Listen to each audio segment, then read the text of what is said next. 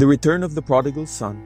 Text, Luke 15:20. And he arose and came to his father. But when he was still a great way off, his father saw him and had compassion, and ran and fell on his neck and kissed him. Dear brothers and sisters, today we gather to reflect on one of the most beautiful and moving parables told by our Lord Jesus Christ, the parable of the prodigal son. Few passages in Scripture are as rich in comfort, as full of hope, and as overflowing with the gracious love of the Heavenly Father. The verse that serves as our foundation today is Luke 15:20. And he arose and came to his father. But when he was still a great way off, his father saw him and had compassion, and ran and fell on his neck and kissed him. Here we see the picture of the repentant sinner returning to his Heavenly Father, and more importantly, we see the compassionate and loving response of God Himself. This parable reveals the depths of God's mercy towards sinners and teaches us three fundamental truths: man's separation from God, the sinner's sincere repentance, and the Father's gracious forgiveness. The parable begins with the decision of the younger son. He desires the portion of the inheritance that would be his and leaves for a distant country. With this action, he severs his relationship with his father, showing ingratitude, rebellion, and a selfish pursuit of freedom.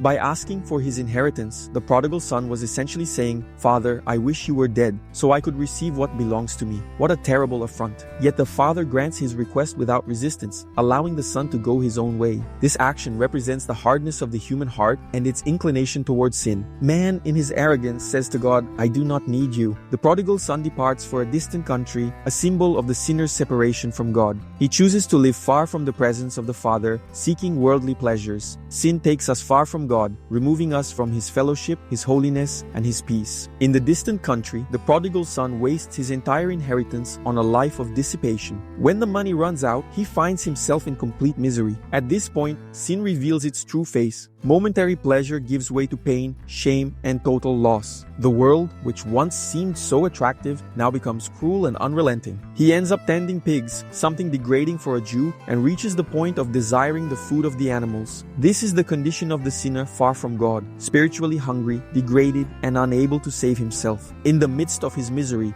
the prodigal son comes to his senses. Verse 17 says, "But when he came to himself, he said, 'How many of my father's hired servants have bread enough and to spare, and I perish with hunger?'" Here we see the beginning of true repentance. Repentance begins when the sinner recognizes his state. The prodigal son realizes that his situation is the result of his own choices. He does not blame others, but admits his responsibility. This teaches us that there can be no reconciliation with God without a true confession of sin. The son makes a crucial decision. "I will arise and go to my father, and will say to him, 'Father, I have sinned against heaven and before you.'" Luke 15:18. He acknowledges that he has sinned not only against his father, but also against God. True conviction of sin leads us to God in humility and confession. The prodigal son does not demand anything upon his return. He is ready to be treated as a servant. He says, "I am no longer worthy to be called your son." Here we see genuine humility, an essential characteristic of true repentance. The repentant sinner abandons all pride and recognizes his unworthiness before God. The climax of this parable is the father's response. While the son was still far off, the father sees him, is filled with compassion, runs to him, embraces him, and kisses him. Here we see the grace of God in action. The father's actions reveal God's readiness to forgive sinners. He does not wait for the son to come all the way to him. Rather, he runs to meet him. The father had been eagerly waiting for the son's return. What a wonderful image of God's love. Even when we are far off, God sees us, loves us, and is ready to receive us. The father does not rebuke the son or demand explanations. Instead,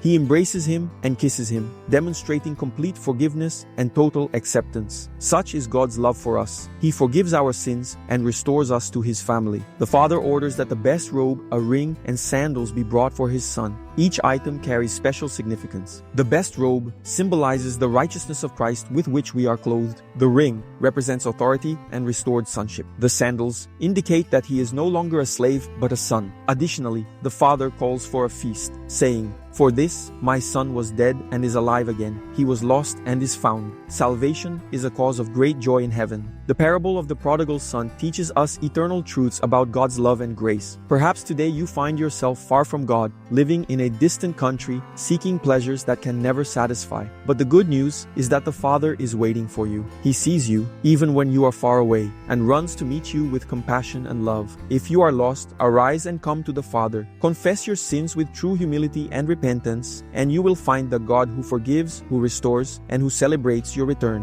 The Heavenly Father is ready to embrace you you and give you a new life. And for those who have already been found by the Father, let us always remember the mercy we have received and share this message of hope with the world. For our God is the God who saves the lost, forgives sinners, and celebrates the return of his children. Amen.